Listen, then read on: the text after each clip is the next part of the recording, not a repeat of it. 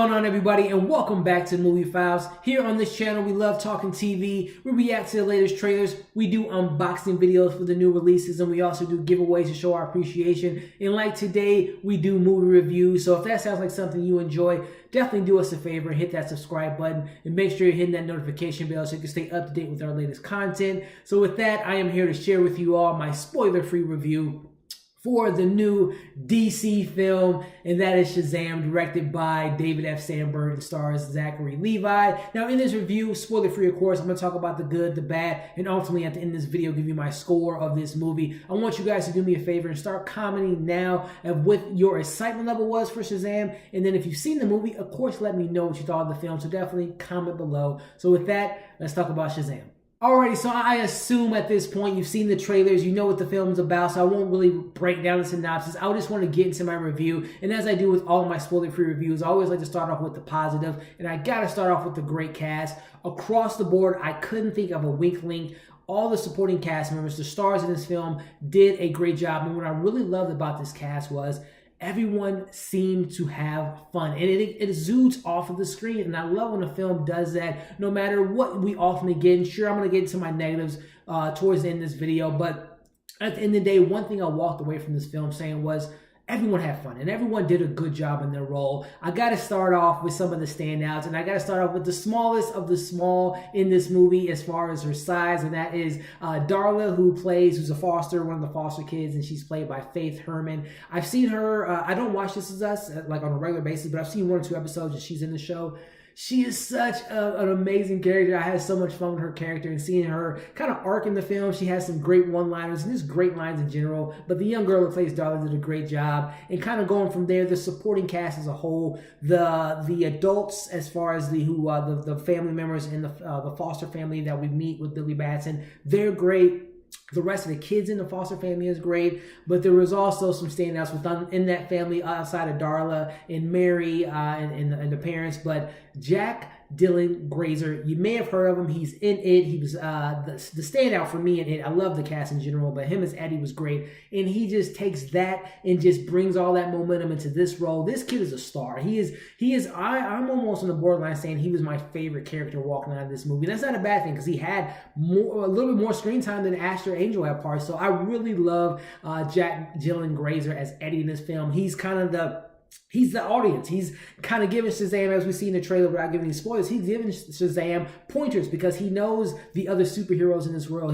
He touches on, Superman, as we see in the trailer, and Batman, and he knows kind of the superhero tropes. So he's teaching Shazam or Billy Batson how to be a superhero. So I love that aspect. And he actually has some really good moments in this movie where you see kind of his background, a little bit of his moments, and a little bit of his mindset as far as the superhero genre and what he would do with these powers. And I really love that they did that with this character. Zachary Levi as Shazam, playing the child of the adult version of Billy Batson. But I love what Zachary Levi does with his role because it's asked upon him to play a 14-year-old. So he gets the more joyful things to do. We see in the trailer he has to buy the beer. We see him electrifying things and having a good time being a superhero. And I thought Zachary Levi, I haven't really seen too much of his work. I never watched Chuck. I've seen him in 1 or 2 films in small roles, but this was the most screen time I've seen of him, and he did a great job of just exuding all that energy of being a superhero. And then the younger version of him, Billy Batson, we have Asher Angel, who did a phenomenal job. He has to really carry a lot of the emotional moments in this film, and this is the first time, if I'm not mistaken, that this is his first movie. I might be wrong with that. I've never seen him in a film, and I don't think his IMDb page is that long as far as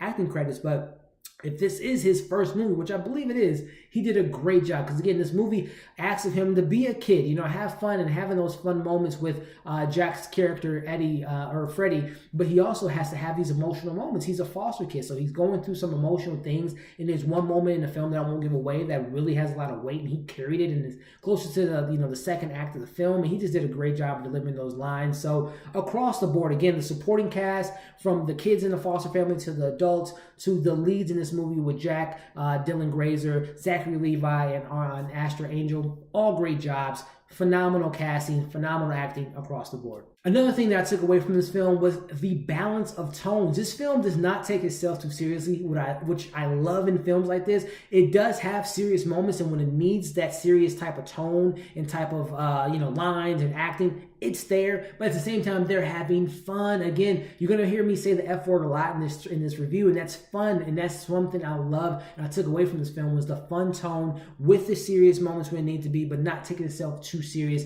And I think that bodes well to the actual directing style of David F. Sandberg. If you guys aren't too familiar with his work, he comes from the horror background. You know, James Bond, one of my favorite directors, James Wan, who's also in the DCU universe with Aquaman. I hope that he gets to do more in this universe, not only directing, but maybe doing some more executive decisions. But anyway, you know, James Wan picked David F. Sandberg. He had his Lights Out short film turned into a feature film. He did. James Wan gave him the reins to Annabelle and got her back in in good standing, because I did not like the first Annabelle. But I love that he brings his horror sensibilities into Shazam, and also the mindset of a horror director, especially a horror director with a small budget. Because this film, I'm pretty sure this is definitely under $100 million, the budget on this film. But you can see that he took, it's a pretty good budget compared to his other films. Probably, I would imagine 60, 70 million, but it doesn't have the 150, 200 million budget that we get with some of these bigger blockbuster films. And he takes those small sensibilities that he learned in the horror realm and implements them in this film. I think he does a great job of directing the film. He handles the tones. He lets the actors have a fun time. It's a really good script. It has a lot of fun things about it, but also, like I said, without the direction of David F. Sandberg, this film could have went off the rails. This film could have been very corny and been not a great experience, but I think that the leader of this film, which was the director, David F. Sandberg, did a great job of directing the film and leading his cast to bring in great performances and ultimately just bring an enjoyable time at the theater. All right, so as I had mentioned, the cast is great. The tones play out well. David F. Sandberg does a great job. But one of the things, too, that I really liked walking out of this film was the themes that we got in this movie. This movie is all about family, and I love the different aspects of family that we get. You know, we have the foster family element, which I think they did a spin on the foster family. You know, a lot of times we've seen these movies, it sucks to be in a foster family. You know, the parents suck, the kids suck. It just makes the experience bad. I've never been in a foster family, but I'm glad that this movie was able to show what it looks like to be in a good foster family. You know, again, the family dynamics were great. The parents in this film had some heart to them. They had, you know, they were good people. And then the actual kids in the family were great. And I love that this film shows a different side of foster families that a lot of films, like I said, show the darker sides and the bad sides, but this shows the light side of that, and I love that aspect of the family. But also throughout the film, the theme of family, and not necessarily being, your blood doesn't necessarily have to be your family, but the people that embrace you and love you for who you are and actually want the best for you is a great thing that this movie has as a message, and I really appreciate that. And there's so many more things I could dive into, but I really walked out of this film thinking about family, kind of like Fast and Furious. It does not talk about family, but also it has a lot of heart to it, which is really rare in a film that's an origin movie that has to deal with this, you know, kind of almost B to C list type of superhero Shazam, but it handles all that, but it has heart, and that's something I really appreciate about this film, was the family and the heart, and at the end of the day, having a fun time. So is that 3 F's? Family, fun, and friendship, and also, family aspect. I mean, so many different things that this film has, and I think they did a great job across the board. All right, so before I get into my negatives, I will say, without giving anything away, this does play within the same realm in the DC films that we've seen so far with Aquaman and Wonder Woman and all those different characters, Batman, Superman. But I won't get into details as far as what it does to kind of establish itself. But I will say, yes, it is in the same universe as our superheroes that we've gotten so far. And I'm just going to leave it at that. But I enjoyed that they answered the question, had a fun time answering it, but yes, this is in the DC universe that we've gotten so far. I just wanted to address that in this actual review, but now let's talk about the negatives. So at the end of the day, I was thinking about the movie as I was driving home, after seeing the film, and I was thinking about the negatives. There's not too many, I'm not going to lie. You guys see I've been smiling this whole review because I really enjoyed this film, but I will say, without giving too much away, it does have a lower budget, which is fine, but there's moments where the CGI, and I won't say which parts, but the fighting sequences, they weren't the most crisp and most pristine type of CGI that we might be used to at this point in the superhero genre. And I will say that was kind of a negative. It wasn't a terrible CGI, but there was moments where it was like, that could have been touched up a little bit more. Also, I mentioned the cast, and I enjoyed everyone, and everyone had a good time, in my opinion, on acting, doing their performance. But I will say, Mark Strong, I'm a huge fan of Mark Strong. He loves being in the superhero realm. We've seen him in Green Lantern. We've seen him in a Kick-Ass series. We've seen him in the Kingsman series. So he loves being in these roles.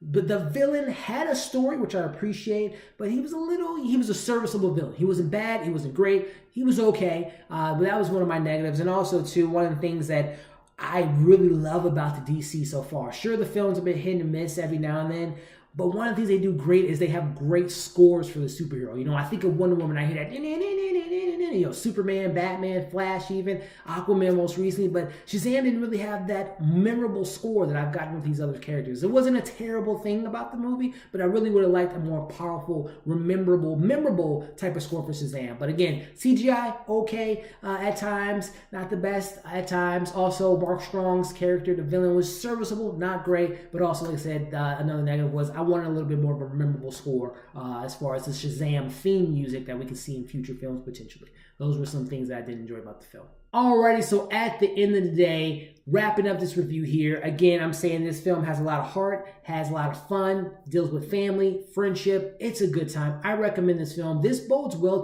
for DC. I'm seeing this movie March 23rd. The press saw it, I think, 2 weeks ago.